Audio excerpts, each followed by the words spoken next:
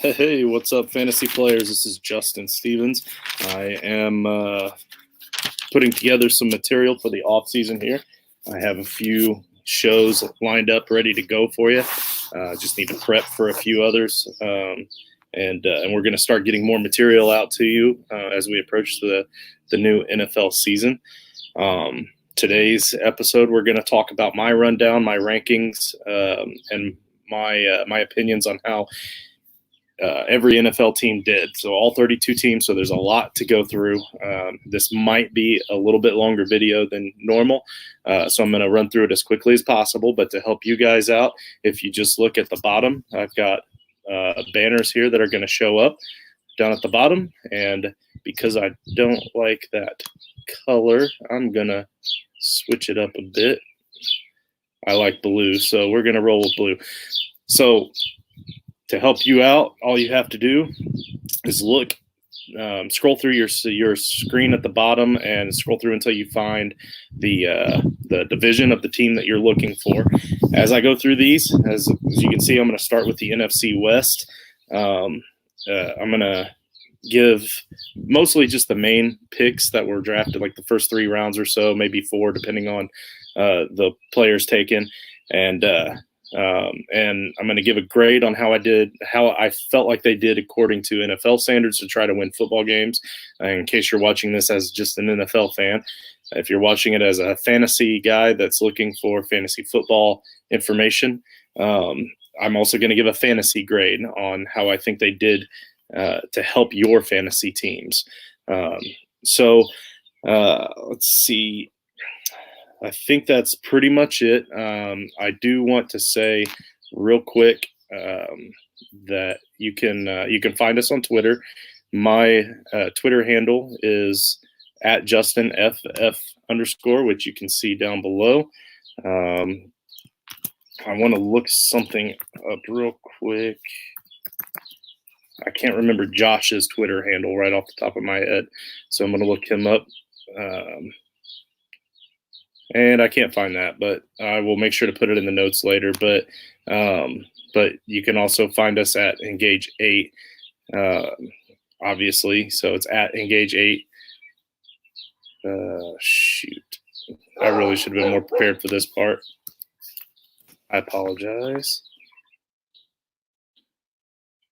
This is the first time I've done one of these on my own since the last season. So it's at Engage8 Fantasy. And Josh Buttrick is at the FF Fever Doc, and the FF are capitalized. All right, so let's get to it. Like I said, we're going to start with the NFC West here. The Arizona Cardinals, they had no second rounds picks at all and still had a nice solid draft. They took Isaiah Simmons in the first round, linebacker from Clemson. I love this guy. He's athletic. He's versatile. He's just an all-around complete stud. Dude can play almost any position on the field, and he will immediately help bolster that defense. And that defense has shown signs of being a fairly good defense, and I think that he only helps that. So Josh Jones, Houston, left tackle. He's a stud blocker overall. I think they got him in the 3rd round. He can block the run. He can block the pass. He could be a great boost for the offense. That's why I like him for a fantasy football pod as well, because he can help with that offense. Let's see. But that offensive line ranked in the bottom half of the league last season, and they're looking for anything to help. They added Lakeith Fodu and Rashard Lawrence at defensive tackle and linebacker, and linebacker Evan Weaver for defense. So they really wanted to bolster that defense, and I think it helps them out a lot. Eno Benjamin was a late round pick. I think he was taken in the 7th round, actually, and I was kind of looking for him to go late 5th to early 6th. So I think they got a good steal on him there. But he will battle for a role in Arizona because he's kind of got that hometown flavor too, because he went to Arizona State, and I kind of like that. But also just he's a lot more talented than the 7th round pick would suggest. He's going to be immediately thrown in there in special teams, in my opinion, and he'll have an opportunity to show himself. So he will find a spot on that roster. Fantasy-wise, I give them a C- overall because they didn't really do anything other than that one left tackle to really help your fantasy leagues, unless you guys have team defenses, which even still, rookies don't help a whole lot right out the gate, with the exception of Isaiah Simmons, who I think will. Overall, though, for their team needs, I gave them an A- because that defense is what they needed, and they got some great talent across the board on defense. The Rams had no first-round picks, but they made out really well with what they had. So in the 2nd round, they took Cam Akers with their first pick, but he's one of the top running backs in this draft and ready for the pro game immediately. He will find a spot, even with Henderson and Brown there. He'll find a spot. He's more talented than both of them, in my opinion. So, and I was really high on Henderson last season. I'm even more so on Akers. He's more well-rounded than the other two. He could cause running back by committee almost immediately too, so it's going to make it difficult to try to draft any of those guys with confidence. So that kind of brings down their fantasy grade a bit. Let's see, Van Jefferson from Florida, wide receiver. He's an ideal slot receiver, and they just lost Cook, who I know plays outside an awful lot, but he can still fill in and fill that void of Brandon Cook between him and Reynolds. I think that they can fill in that void pretty well. But again, that kind of provides even more of a split, at least between those two, in my opinion. It might help bolster the other two receivers by having Cooks out of there and Reynolds and Jefferson kind of splitting. So I'm really big on Cooper Kupp this year, and then Robert Woods takes a little bump for me as well.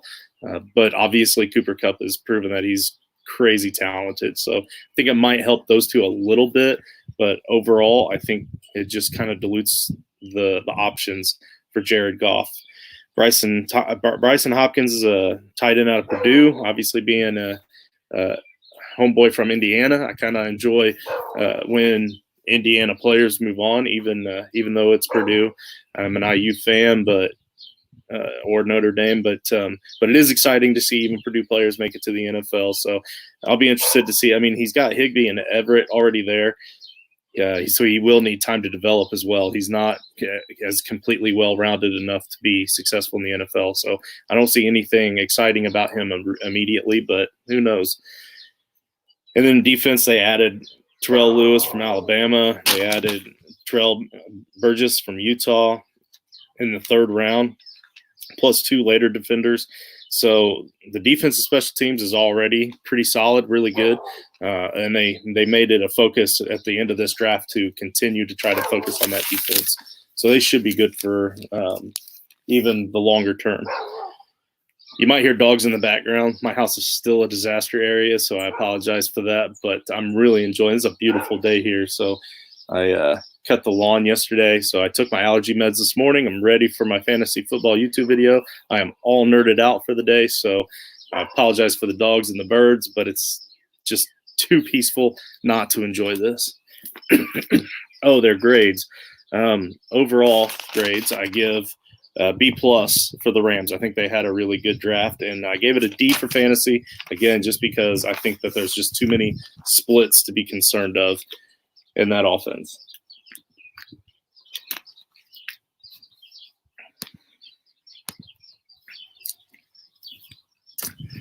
The 49ers. The 49ers drafted Javon Kinlaw. Now, if you remember, they got that pick, I believe it was like the 12th or 14th pick from the Indianapolis Colts. So the Colts were able to get DeForest Buckner from the Niners for that pick. So they needed a younger guy they weren't going to have to pay a bunch of money to, is what that came down to. And they got another guy that could be as good as DeForest Buckner in the future. Obviously, we already know Buckner is good, but they are saving a lot of money, and they already had a great defensive line to begin with. So it was a good trade for both sides, in my opinion. Let's see. But Kinlaw has great speed. He's quick. He has quick hands, great size. He's, like I said, a lot cheaper than Buckner. Does need to adjust to the speed of the NFL, but even with his college speed, obviously there's always a little bit of work for rookies, but I think that he'll end up being a pretty incredible defensive tackle. See, Brandon Ayuk, this guy, I love this guy because I'm able to get him for really cheap in fantasy drafts. He's going in rookie drafts. He's going about mid to late second round. And in my opinion, he's kind of another Deebo Samuels. So to have two Deebo Samuels, one on either side, to help Garoppolo and that offense, I think it really helps the entire offense when you can have a gadget player like that can run. He can catch. He can find the open holes. And without Manny Sanders there, they needed another receiver anyway. Obviously, Pettis isn't doing it. But I also see a much larger role for Kendrick Bourne to step up, to be that big guy, especially in the red zone. He stepped up pretty well last season at the end of the season. So I'm excited about that.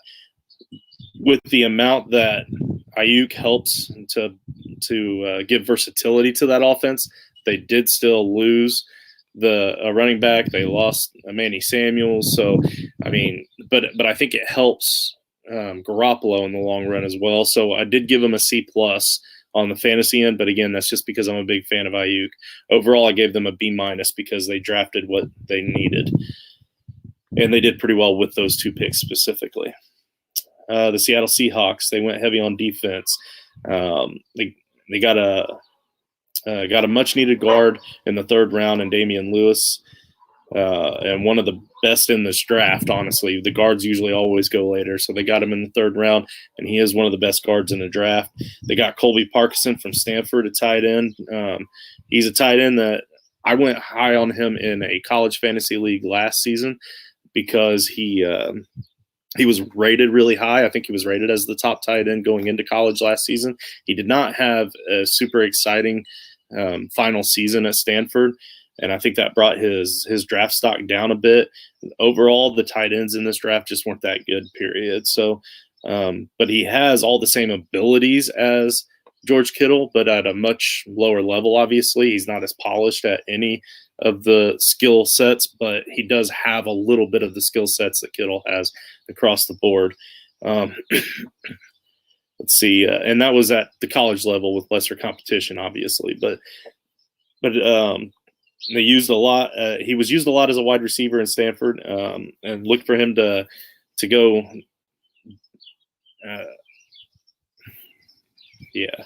Look for him to be able to go down the field if needed. So, another one I'm excited about is DJ Dallas, Miami running back. He's got two things going for him. Pete Carroll absolutely loves him. His speed and his heart, and those are two things that Carroll always looks for. So, but also on top of that, the other thing he has going for him is that Rashard Penny obviously can't stay healthy. He's already starting the season on the PUP list most likely. And then Chris Carson, I mean, they just don't seem to want to trust him. I heard a buddy of mine, John Sheps, the other day in another pod had actually brought him up and mentioned that Carson can't hang on to the ball. And he also really likes Dallas's potential to be an amazing young talent. So I look forward to seeing what he can do. I'm picking him up late in a lot of drafts as well. Actually, a startup where I already had Carson, I went ahead and took DJ Dallas. I think it's like 19th round or something like that, and he was my last pick that I took so far. So I'm looking forward to seeing what he can do. Overall, there was nothing huge that really stood out that would suggest to me that the Seahawks really improved all that much. DJ Dallas helps a little bit, but I think overall they got a D for me, and that's just because of the DJ Dallas pick late.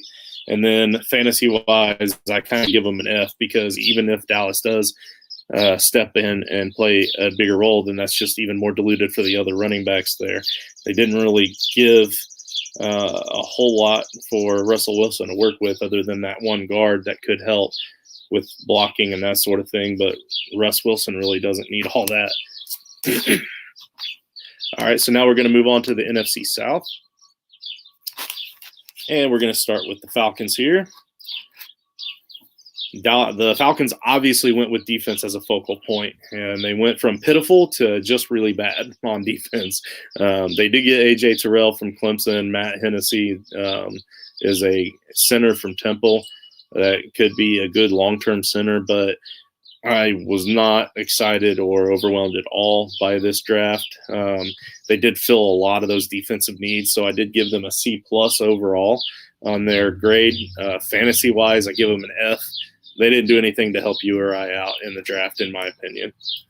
But you can comment down below if you disagree with that, and let me know why, so that I can maybe look into it myself as well. Maybe I missed something. Maybe I missed a pick or something. But in my opinion, I'm not overly thrilled about the Falcons draft.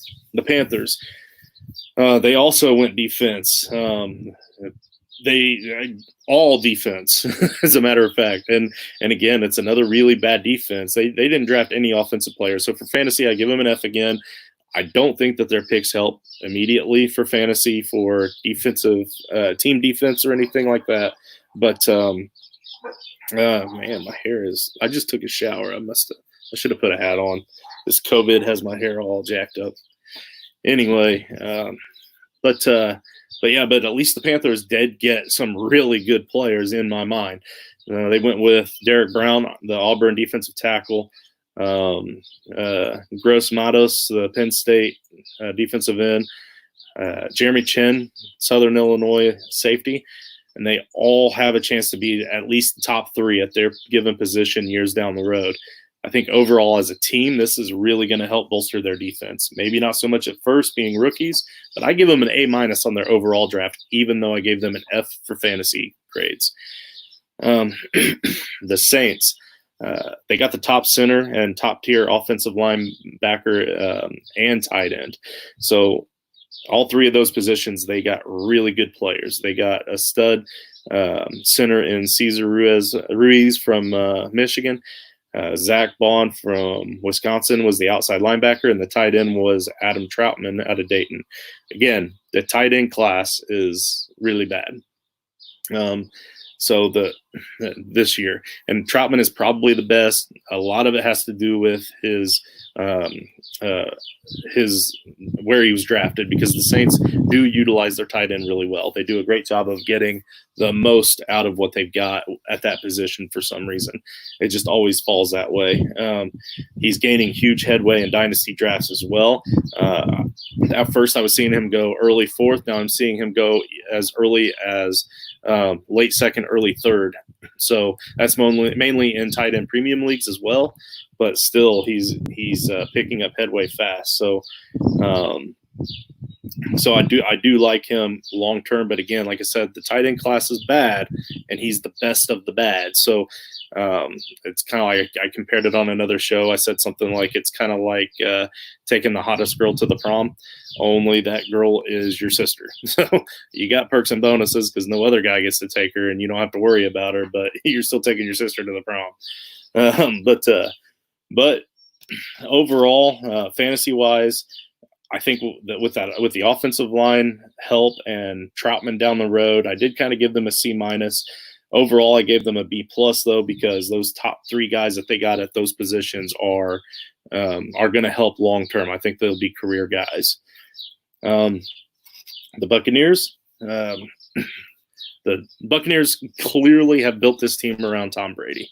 Tom Brady went from having that perfect position around him with a crazy great defense, a good dump-off scheme, a good run game, with a great head coach. And as everything's starting to fall apart, he goes to a team that has an improving defense, and they drafted a safety in Antoine Winfield Jr. to help continue to bolster that defense a little bit. They've been getting better as well. Great wide receivers, great dump off game, because you've got because they drafted Keyshawn Vaughn. I think that he's going to be the Brady's next James White, because he can run routes. He can make big plays out of bad situations. And then, of course, obviously you have Godwin and Evans, but Godwin is going to be your slot dump off guy that Brady loves. So I look for Godwin to have a huge season. So I'm targeting him a lot. But then they also went out and got a really good offensive tackle in Tristan Wirfs, out of Iowa. He is a top end offensive lineman, much less the fact that he's an offensive tackle. So they're doing all they can to make this another perfect situation for Brady. So overall, I gave them an A- because they're building for the win now to try to get a Super Bowl for Brady. Oh, and he also continues to get to play for another great coach in Bruce Arians. So fantasy-wise, I give them a B+ because, again, they just keep trying to build this team around Brady, which is good for fantasy. So there's that.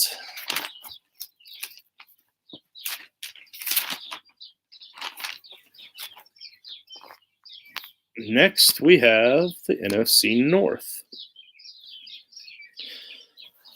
All right, so the Bears did what the Bears do. They went very mediocre. Nothing great, nothing horrible. They just played it safe, in my opinion. They did shore up an already good defense, which is nice.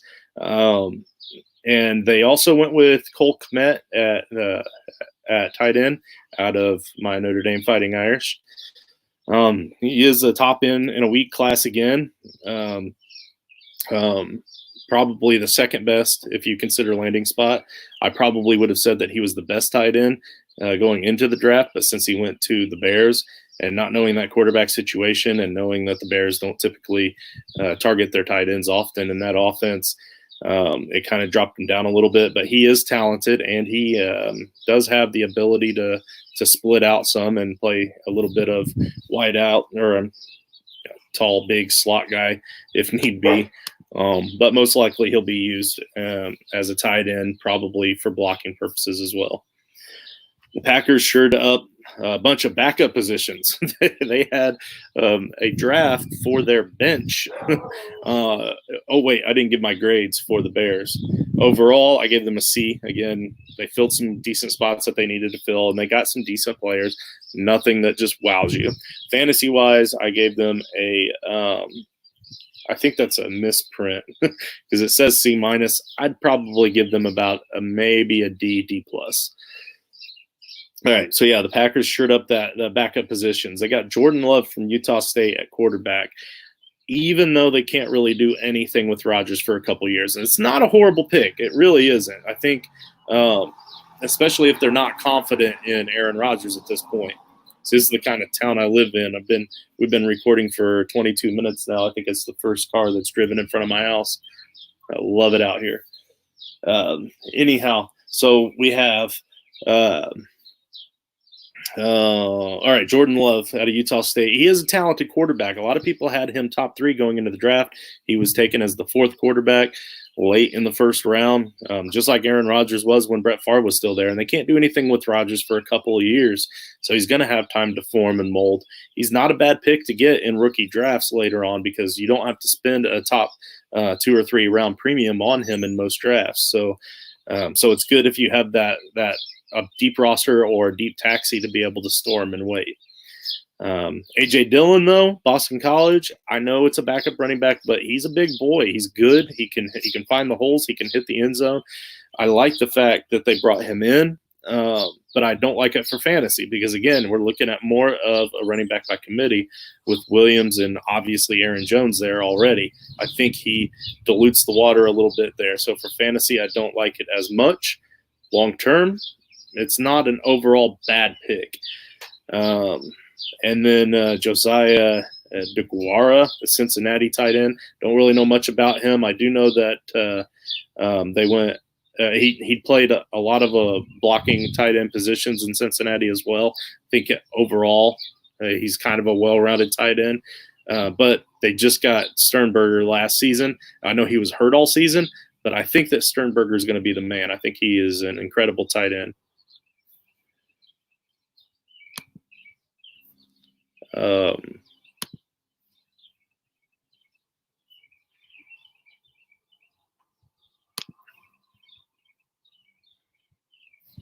I see. Somebody's trying to call me right now.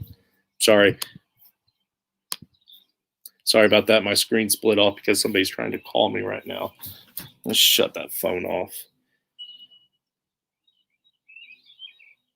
All right. So he's going to be an incredible tight end. I'm getting him last season and a lot of rookie drafts. So I don't fantasy wise, I don't see anything big with DeGuara. But and again, so overall, I gave their draft a C- just because, like I said, you've got a lot of future picks and a lot of things that might help the team overall, maybe. But again, they could have went in a lot of other directions, a lot of other needs they had.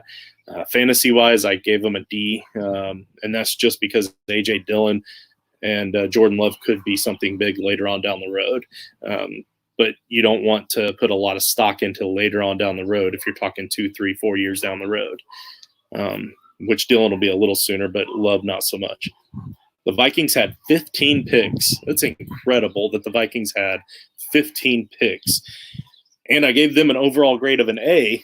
Maybe it's because they had 15 picks, but they did pretty well with their picks as well. Justin Jefferson out of LSU, wide receiver to fill in that missing Diggs role. He's a great all-around wide receiver. Jeff Gladney is a cornerback out of TCU. They got him with the first pick or the second pick. Okay, the second pick and the first. What? No. Oh, it was their second first-round pick. Sorry, I confused myself the way I wrote it. All right, but anyway, a top-tier cornerback, and after that, they went mostly O-line and defense, and I really like this defense for redrafts and dynasty because their defense was already pretty solid to begin with, and then they built up with even more young rookies. So again, overall, they filled all the needs that they needed in the draft, and then some. Fantasy-wise, I still give them a B because of the offensive lineman that they got and the fact that Justin Jefferson is going to see an immediate big role in that offense. Let's see. The Lions. The Lions addressed needs and gained top-tier guys. Jeff Okudah, a top cornerback, to help with the loss of Darius Slay. DeAndre Swift, I love this man. A lot of people had him as their number one running back, and then Kerryon Johnson and Ty Johnson are already there, but they were very underwhelming last season and couldn't stay healthy. So he could have an immediate role and might provide a running back by committee at first, but I think it won't take long for him to really be the main guy in Detroit because he has the talent over the other two. He just needs to show that talent. Then they took 2 offensive guards. O-line was a huge issue for them last season. You can ask Matt Stafford's frequently broken back, and it will tell you that they needed offensive line help. So they took a couple of big key offensive linemen after taking Okudah and Swift. So for fantasy, I give them a B- because of Swift's immediate impact and that offensive line helping Stafford out. And then overall, I give them a B because, like I said, they filled a lot of great needs. I think they had a pretty darn good draft, to be honest with you. Now we're going to move on to the NFC East, which means that this is our last division in the NFC, and we'll be about halfway done. And I'm going to be pushing. I'll be over a half hour by then, so try to speed it up a little bit for you. All right, the Dallas Cowboys in the NFC East, they took CeeDee Lamb out of Oklahoma, a wide receiver. He was considered to be the top wide receiver at many points before the draft. A lot of people kind of knocked them down a little bit going to Dallas just because they already have Michael Gallup, they already have Amari Cooper. And I was one of those guys that initially kind of thought, oh, man, that's going to be a bad split, but it helps Dak. It's going to help open up that offense. I still think it helps Blake Jarwin because Jarwin came on strong when he was needed last season, and he's developed really well under Jason Witten. And now that Witten's finally out of the way, I think that Jarwin will be unleashed. He's going to be a big tight end in my I'll have a lot of shares of him this season. I already do have a lot of shares of him. I think it helps open up that middle of the field because they have 3 guys that can get deep and So I also like the dump offs for Zeke as well with this, but also something I didn't consider immediately. It wasn't until later I stopped to think about and realized that Amari Cooper probably isn't going to be around after this season anyway. And if he is, then it's probably because it works so well having the 3. As far as a team goes, that pick helped so much that I gave them an overall grade of A-, because they also added a couple of strong defensive players in Trevor Diggs out of Alabama, the cornerback, and Neville Gallimore, the Oklahoma defensive tackle. So a couple big Oklahoma guys coming to Dallas to play. So that's kind of cool too. It's kind of intriguing. But anyway, once Cooper moves on, I think CeeDee Lamb could really break out even better in year 2, year 3. So overall, I gave them an A-. For fantasy, I gave them a B+ because I really do think that CeeDee Lamb is going to make that much of a difference. See the Giants, they reached a little deep for 3 offensive linemen that I feel like they could have kind of traded down for, kind of like what a lot of people said about Daniel Jones. But the Giants don't really care. They're going to get their guy. And honestly, I kind of like some of the moves that they've made. Don't tell David Gettleman that because, I don't want him to get a big head. But but I kind of enjoy some of the moves that they've made to try to build that team up. And I think they could be contenders here in the next couple of years if they continue with their headstrong, we're just going to get our guys, the guys we like, whatever the cost, and move forward. But they got the Georgia offensive tackle, Andrew Thomas, Matt Pearl, UConn offensive tackle, and Shane Lemieux, the Oregon offensive guard. O-line was a huge ordeal for them last season, along with their defense, and not just last season, the last several seasons. So that's kind of why they took that approach, obviously. So because of that, I give them an A-. The rest of their team is pretty talented all around. So if they can get the trenches looking good, then they might be much improved. For fantasy, obviously, this only gives them a C+ at best. Probably should have been a C-. But I do think that it helps that offense to have better offensive linemen out, which helps fantasy. So that's why I gave them the grade I gave them. Eagles. The Eagles had 2 really good and interesting picks between Jalen Reagor, the TCU wide receiver. I think there were a couple other guys that I probably would have drafted over Reagor, but it's not a bad pick. Alshon Jeffrey and Deshaun Jackson are a combined 63 years old. Jeffrey is 30. Deshaun Jackson's 33.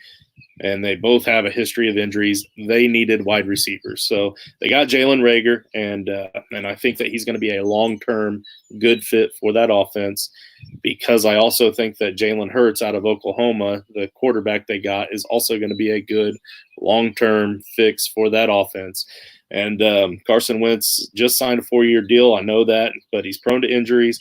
And Hurts is a versatile athlete with the ability to help in gadget type roles like a Taysom Hill in a way. But I think they'll find a way to get him involved in that offense. And eventually it won't take long for them to realize that he's a better quarterback than Carson Wentz.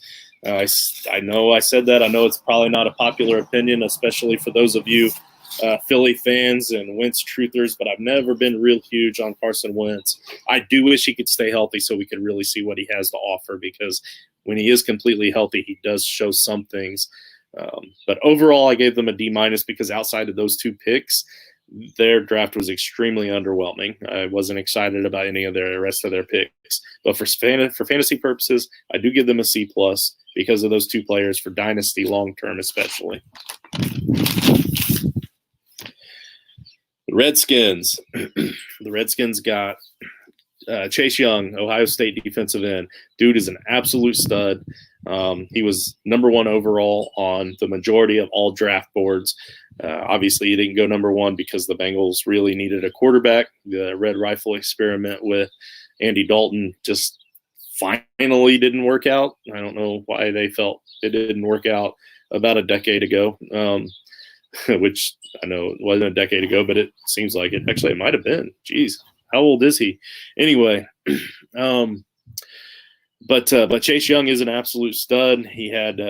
They had to take him there. He's a game changer. He's going to help that defense long term for a long time. Antonio Gibson is a Memphis wide receiver. He was a really good value in my mind for where they took him. He can also play some tailback, which obviously with Adrian Peterson being as old as he is, Darius Geis always on the shelf. They need all the help they can get there when it comes to depth. So he might play a little bit of tailback for them as well. They grabbed another Antonio wide receiver in Gandy Golden out of Liberty.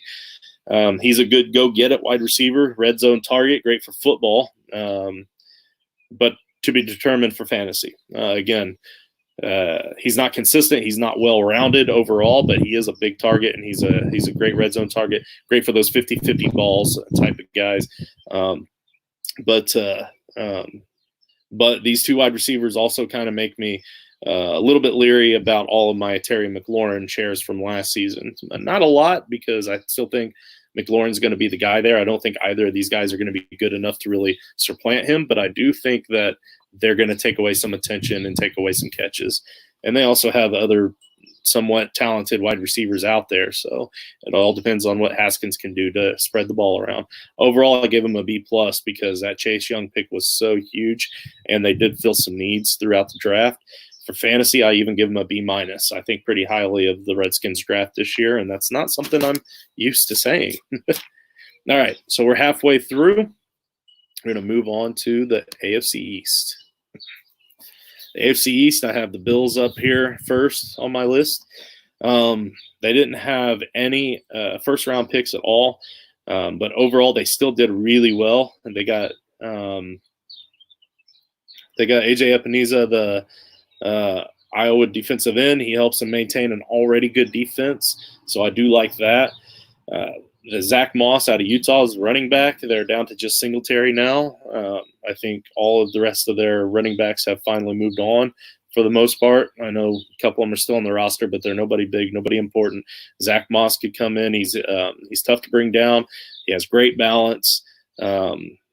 Power. He creates an immediate split with Singletary, and I think he should be drafted even deep in redraft leagues as well this season, because he will fight for carries with Singletary, because I do think that he's that talented.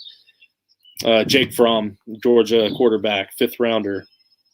Not really much to say here. I think that pick kind of confused me, but I still put it down here because he was highly touted at one point during his college career, at a couple different times, I guess. But with them already having Josh Allen there, I know he's not the most talented quarterback, but he is athletic and versatile. And maybe they're just trying to get a good, solid career backup, which I've always kind of felt like Jake Fromm was going to be anyway. Maybe they want to put a little pressure on Allen to see if he can step his game up. I'm not really sure about that pick, but I don't hate it. I just don't like it. It just wasn't exciting. And then they added a couple of wide receivers later, along with the Diggs trade that they got. So not really counting the Diggs trade as part of the fantasy grade. Overall, I gave them a D+ on the fantasy grade, and that's just because Zach Moss will help them stay away from an F. But overall, I gave them a B-. They had a pretty good draft for their team needs. The Dolphins were extremely active throughout the draft. They made 4 trades during the draft and made 11 picks. So they were very active during the draft. But that's not counting all the trades that they made in the months prior and the year prior to continue to build. They did really well with their picks too. Overall, I gave them an A-. Fantasy-wise, I gave them a B- because I think that their first 2 picks especially are going to greatly help that offense. With Tua, he's going to be the starter probably sooner rather than later. If he's completely healthy from his hip injury and his other injuries that he had throughout college, then he'll probably start pretty soon. In my mind, in my opinion, and it's not a completely popular opinion, but I've said this all along, I think that Tua is, and yes, I'm not even going to try to attack his last name. It's not even worth it to me. If I say Tua, you know who I'm saying. But in my mind, he's the most NFL-ready quarterback in this draft when healthy. Obviously, a lot of health issues, but he does elevate his game to his competition. There's no big moment in his mind. Every moment is a big moment. So So I love that about the guy. Fantasy wise, he's gonna be a great quarterback, especially in 2-quarterback leagues. Austin Jackson, the USC offensive tackle, is another guy I'm excited about. I feel there might have been a couple of better tackles on the board at this point, but since he plays right tackle, it kind of makes a difference because Tua is left-handed. You get 2 rookies in there together. They can start off the first 10 years of their career together. They can build that rapport. With him primarily being a right tackle, that could really help Tua in the long term. So that's why I like that pick better than some might have. But he will need to work on his pass blocking a little bit, but he's really good at run blocking, and they needed that help from last season, and Tua is going to run the ball a lot. So Noah is another one that I hate to try to tackle the last name, but since he's lesser known, I'm going to try. No, I'm not going to. We're going to say Noah Ig. But he's an Auburn cornerback. I don't watch a whole lot of college football. I usually just try to watch major highlights before, during, and after the draft to try to put together my notes here. But I did actually see him play at Auburn. But they did need a lot of cornerback help, especially with the depth. They have the 2 top cornerbacks already, but struggle against the slot wide receivers. And this is where Noah can help because he is really good at man-to-man coverage. He could be that slot defensive back. Let's see. And then almost all defense and offensive line after that, which is where they really needed the help, defense and offensive line. So for fantasy purposes, I gave them a B-. I think that this Tua and Jackson helped them out a lot on offense. And then overall, I gave them an A-. They did really well with their draft to fit team needs with good players. The Jets took Mekhi Becton, Louisville offensive tackle, one of the top 10 offensive linemen in the draft. Le'Veon and Darnold both really needed this man to be drafted, and they got him. And then they also went Denzel Mims, who falls into an immediate playing time role. He's a downfield guy, good size, quick speed, great control, great red zone targets. And they needed that help there since Anderson is gone. LaMichael Perrine, Florida running back. Now, the reason I like this pick is because with Le'Veon's contract ending soon and him already making way too much money for the fact that NFL teams don't like to pay running backs, it's kind of insane that they paid him to begin with. I can see Perrine being the next Le'Veon Bell, the next starter for the Jets. Obviously, maybe not fantasy-wise to the level that we're used to Le'Veon, but he is patient like Le'Veon. His game is a lot like Le'Veon's. He can find the gaps. So I think they drafted him for the future. Maybe not an immediate impact, but draft him, leave him on your taxi, and use him in a couple of years. James Morgan is another interesting one. He's out of Florida International. He's a quarterback. Darnold isn't a great quarterback by any means, and so Darnold isn't great, and the Jets are an organization that loves to pull the trigger early. That's right. That's what I was trying to say. They like to bench and fire guys pretty quickly, so maybe he's worth stashing in deeper leagues as well. I know some people really like James Morgan at Florida International. Overall, I gave them an A-. Fantasy, I gave them an A- because I think they're building their fantasy team for the future. Obviously, they're not building their fantasy teams. They're building their teams that can help your fantasy league in the future. So I like the Jets draft. So the Patriots, they had no first-round pick, but they had 5 in the second and third. The first 3 picks were all defense, and they already had a really good defense, if not great defense, really, throughout most of the season last season. And then they added 2 tight ends in the third with Devin Asiasi of UCLA and Dalton Keene of Virginia Tech. They clearly want to continue to win by defense, and with no Tom Brady, they're forced to run the ball and hit those dump-offs more than usual, hence the tight ends for blocking and dump-offs. And then they also took 3 late offensive line picks. Overall, I gave him a C+ because I wasn't extremely excited about the 2 tight ends. I don't really know what they're thinking there.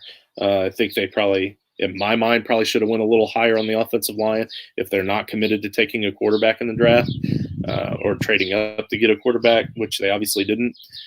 Fantasy-wise, you get a D-, and that's just because maybe one of those tight ends work out. Maybe these offensive linemen help bump that offense a little bit more.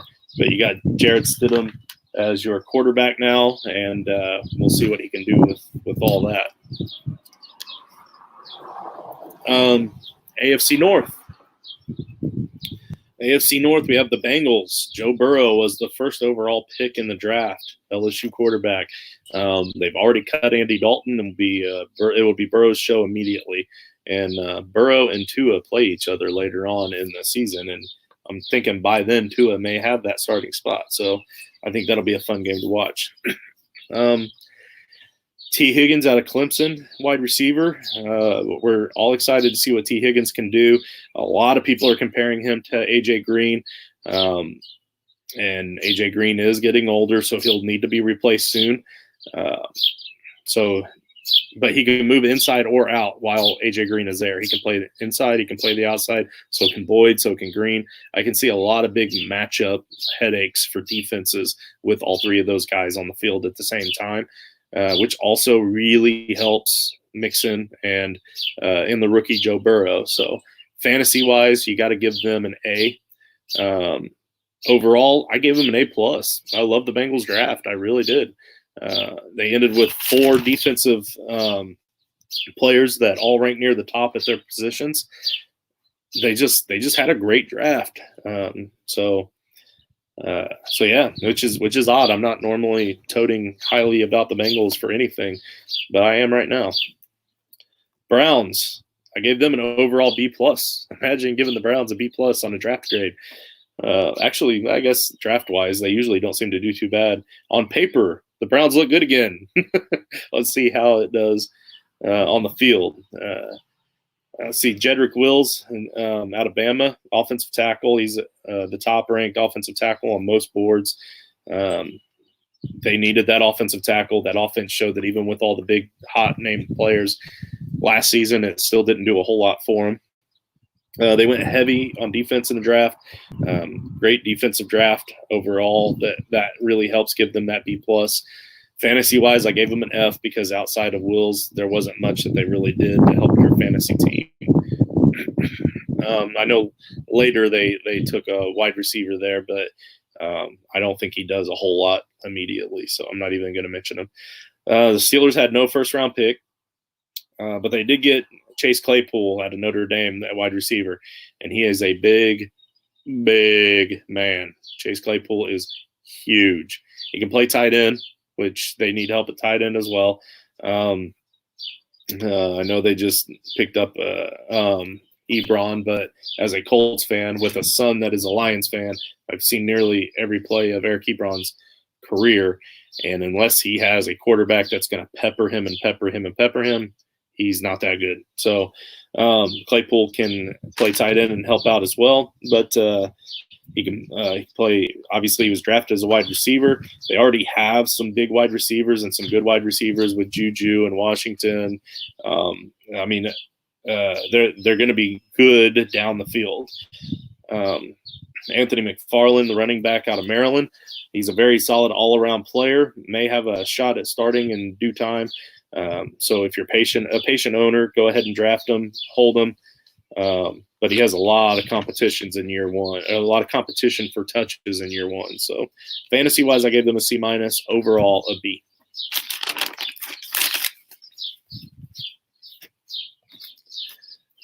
The Ravens took Patrick Queen out of LSU, inside linebacker, probably the best inside linebacker in the draft. This is how the Ravens consistently keep a good defense. They consistently draft and grow from within when it comes to their defense. Major key players might get acquired through trade here and there, but for the most part, this is how they do it, and I like it. It was a great pick. J.K. Dobbins, Ohio State running back. He's a top-tier running back in the class on a lot of boards. Great pass blocker.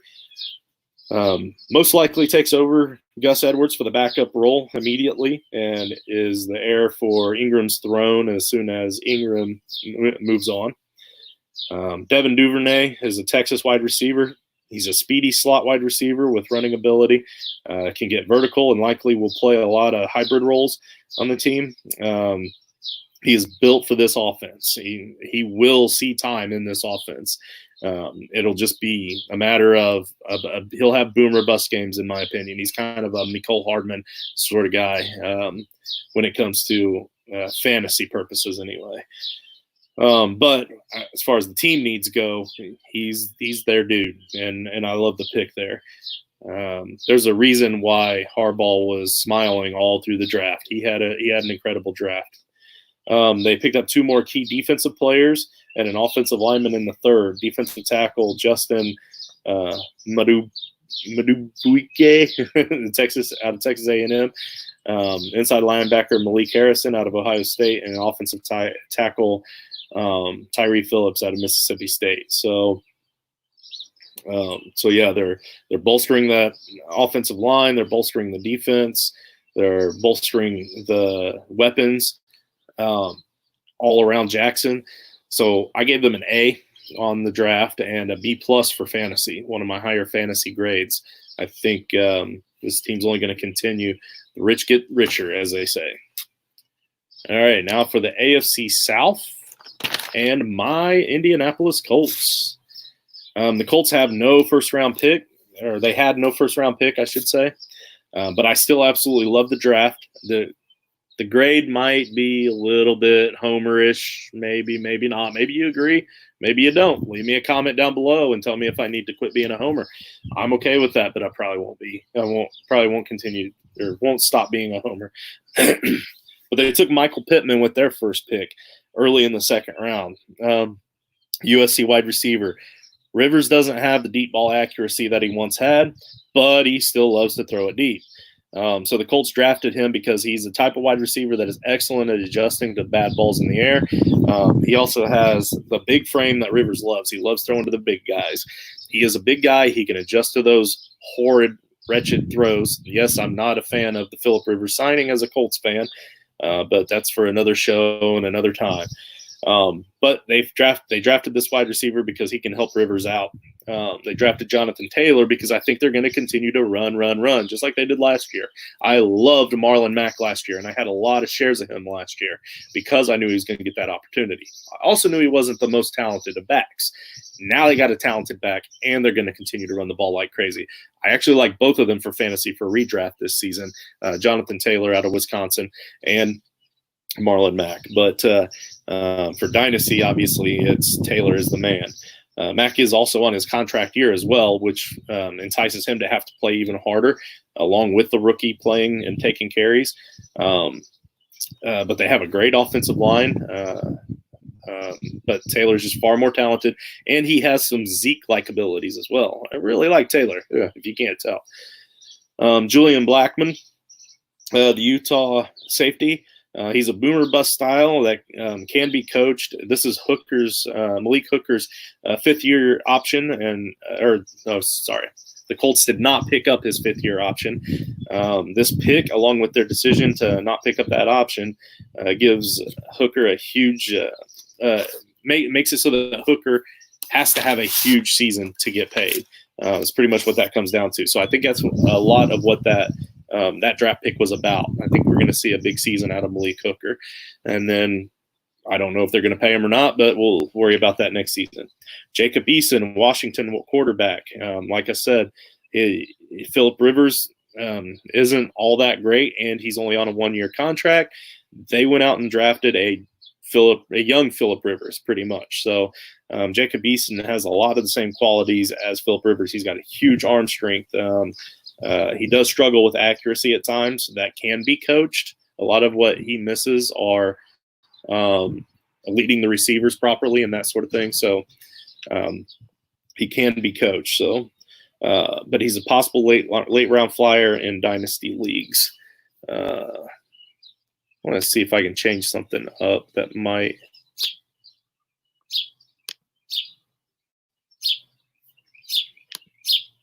Okay, this is just for me. I just changed the resolution on the screen because I'm not completely used um, to using the StreamYard site, so I wanted to see how that did for myself when I go back and watch it later.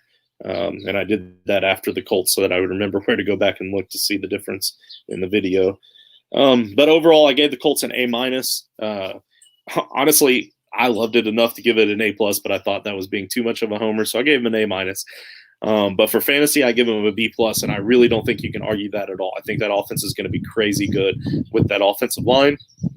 So adding Michael Pittman with T.Y. Hilton and a healthy Paris Campbell, hopefully, and then adding the run game there with Jonathan Taylor, I think they're going to run. So I really like it. All right, Jaguars. The Jaguars filled nearly every team need that they had in the draft. They had a really good draft with C.J. Henderson, the Florida cornerback. Huge need at cornerback after trading away A.J. Boye and Jalen Ramsey last season. He has an ability to be a shutdown corner in the NFL. They also selected Clavon Chasen, the LSU offense or outside linebacker. He's a great edge rusher that can easily handle the lead blockers. And then Yannick Ngakoue will likely be traded, which causes even more need for a player like Chasen.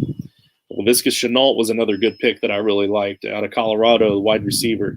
I like this guy because a buddy of mine, John Sheps, has been on him for quite some time in his podcast with Trifocal Fantasy.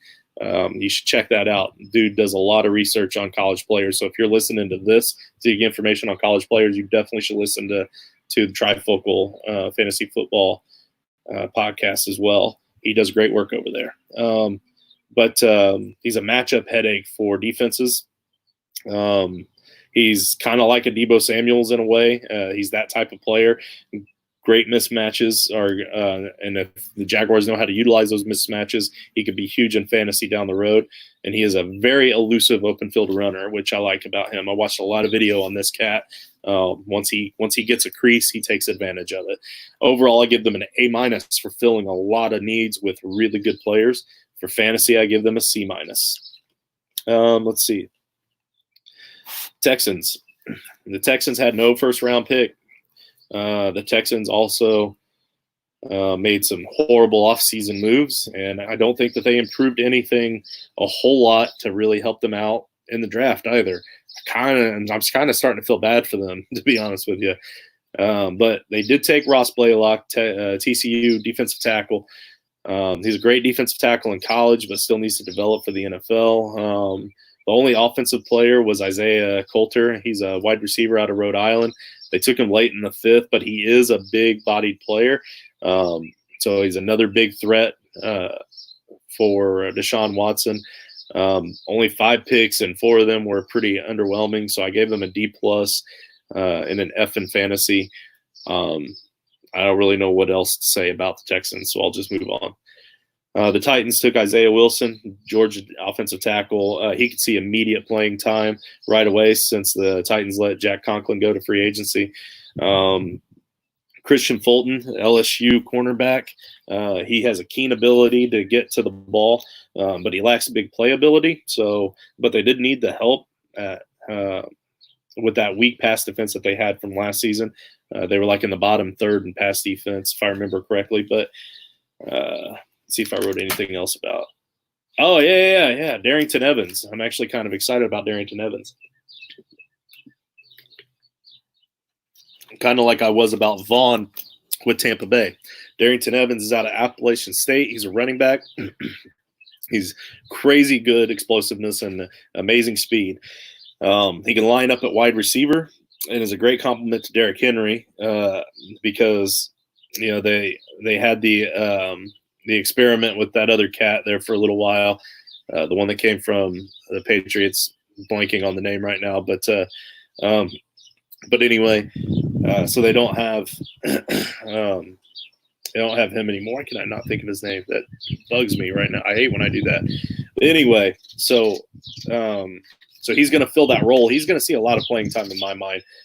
Third down, he's going to be their new pass catcher. He's going to take away some opportunities for Derrick Henry, but Derrick Henry's still going to be the man. Don't worry about that. But Evans has an opportunity to make an immediate impact, especially in PPR leagues. So for fantasy, I gave him a C+ because of the Evans pick and the offensive tackle Isaiah Wilson. I think they helped that much. Overall, I gave them a B because they had a great draft as well. So outside of the Texans, I'm really excited about the AFC South and what we're going to see from them in the future. All right.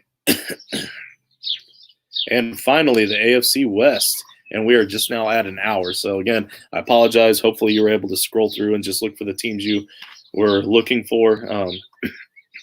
I did not want to split this up into two different shows because, like I said, I've already got ideas for two other shows for Engage 8 coming up. And I'm also working on stuff with my other podcast partner and YouTube partner with Toilets to Titles.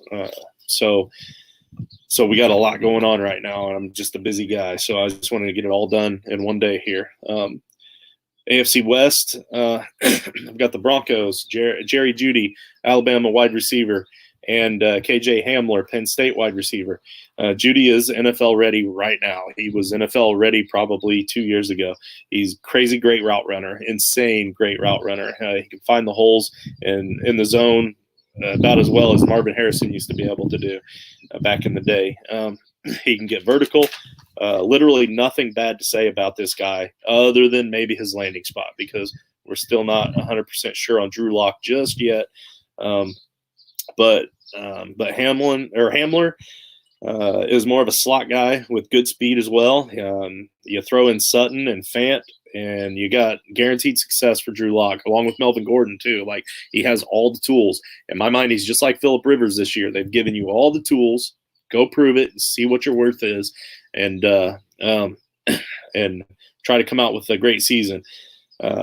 They also filled two defensive needs and drafted an outstanding offensive lineman in the third round. So overall, I gave the Broncos an A+. They had an incredible draft. And fantasy, I gave them an A+ because it really helps their offense to have those two great wide receivers out there as well.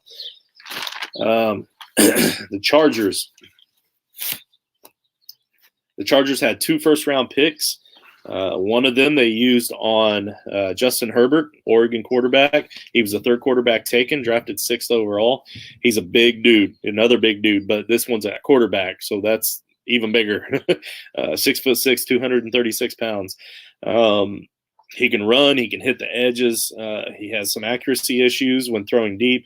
Tyrod Taylor will likely get benched sooner rather than later, in my opinion, because Herbert has the same type of game as Tyrod, only he's bigger, he's more athletic, and he has one thing that Tyrod doesn't have, and that's potential. So I know there's some Tyrod truthers out there, so you're wrong. But so Justin Herbert will likely be the starter sooner rather than later, in my opinion. Plus, Tyrod's 30 years old and still hasn't been able to hold a starting position for very long. Let's see. The Chargers also took Kenneth Murray, Oklahoma inside linebacker. Murray is a man. He's incredible. He's another big playmaker that'll rock that defense. He really will. Look for the Chargers to be a set it and forget it type of defense, except when they play the Chiefs, maybe a couple times a year, obviously. But outside of that, and even still, who knows? They do have the potential to really rock moving forward. I threw in a rare 4th round mention here with Joshua Kelly, the UCLA running back, just because he is very talented and has the ability to catch the ball. He's likely to be a good fill-in on third downs when Eckler needs a break. I think Eckler still gets a lot of the third down touches because he can catch the ball really well out of the backfield too. But I think that they don't want to give the ball to Eckler 100% of the time. So on third downs when he needs the break, I think Joshua Kelly will have an opportunity to get in there. So if it's a really deep league and you need some help on your bench, you might consider him as a late flyer, because you can get him really late in drafts. But he is an excellent pick for the team need. Overall and fantasy, I gave them a C+ for the Chargers. All right, the Chiefs. The Chiefs took Clyde Edwards-Helaire, LSU running back. Much of the same style game as Damian Williams, only he's good. I will still argue to this day that Damian Williams was only good because of the opportunity. Now he's not going to have the opportunity as much. It's kind of like a Marlon Mack, to be honest with you, only I think that Edwards-Helaire is that much better than Damian Williams than Jonathan Taylor is over Marlon Mack. So I see Damian Williams taking a back seat pretty quickly. If not by the end of this season, definitely by the following season. But this is a perfect fit for this high-flying team, and he will see an immediate role. I can promise you that, because he can run, he can catch. Let's see. So there are many teams that are taking him as the 101 in their rookie drafts, especially in non-super flex. So he's highly touted. Willie Gay, Mississippi State inside linebacker. He's another explosive playmaker. There were a lot of them on defense, just like there were wide receivers and running backs in this year's draft as well. But he can break up any play. He underperformed in his final season with Mississippi State, which is a bit concerning. But with needs at the linebacker position, Gay could start really soon for the Chiefs. Overall, I give them a C+. For fantasy, I give them a C. And that's really solely just because of CEH. Let's see. I believe the final team here, last and probably not least, but it's the Raiders, so who knows. But they did have a pretty good draft here. The Raiders they drafted Henry Ruggs out of Alabama, wide receiver. He needs work polishing his route running, but he has amazing speed and can block downfield. He has a really tough style, kind of like a Hines Ward light, in my opinion. You watch game film of this dude, and he's all over the field, and he's got the kind of heart that Gruden will absolutely love. So John will find a way to utilize him for sure. Damon Arnett, Ohio State cornerback. Again, Gruden's kind of player. He's tough. He's hard hitting. He's physical. He has great man coverage ability as well. And he can also come up to make the tackles as well at the line of scrimmage. He's tough, hard-nosed, and ready to get dirty. Again, Gruden loves that kind of guy. Lynn Bowden. Lynn Bowden is probably my favorite player in this draft, and mostly just because of the story with Kentucky. He's a wide receiver, but they've already said that they're going to convert him to running back. He also played half of the season last year at quarterback for Kentucky. Dude is versatile. He's athletic. I think that he's going to have some plays that just blow your mind. Brian Edwards, South Carolina wide receiver. This is the bigger 50-50 catch, red zone kind of guy that they needed at the wide receiver position. They're drafting all these other big playmakers that can run all over the field. This guy's going to be more the red zone 50-50 guy. Overall, I gave them a B because they had 7 picks, but all were in the first 4 rounds, which was impressive. And they targeted wide receivers heavily, but also addressed a bad secondary. So overall, I gave them a B. Probably should have been a B+. Really depends on how those wide receivers shake out. For fantasy, I give them a B+. Again, if they shake out better than expected, then that could easily be an A-. All right, so just real quick, one last time, I'm gonna put my Twitter handle here again, at JustinFF_, at Engage8 Fantasy for Twitter as well for our brand, and real quick at VFF Fever Doc for Joshua.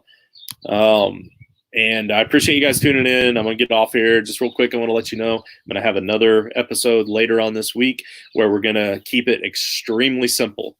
got a buddy, Justin Ham, will be coming on to ask me a few questions about very, very basic fantasy football questions. He doesn't play fantasy. He's interested to possibly get into fantasy and has no way of going about it. So it's going to be, so if you have any friends out there, family out there that want to see how fun and exciting it can be, that would be the episode to try to share with them. So I'll get back at you guys later on this week. Thank you very much for watching.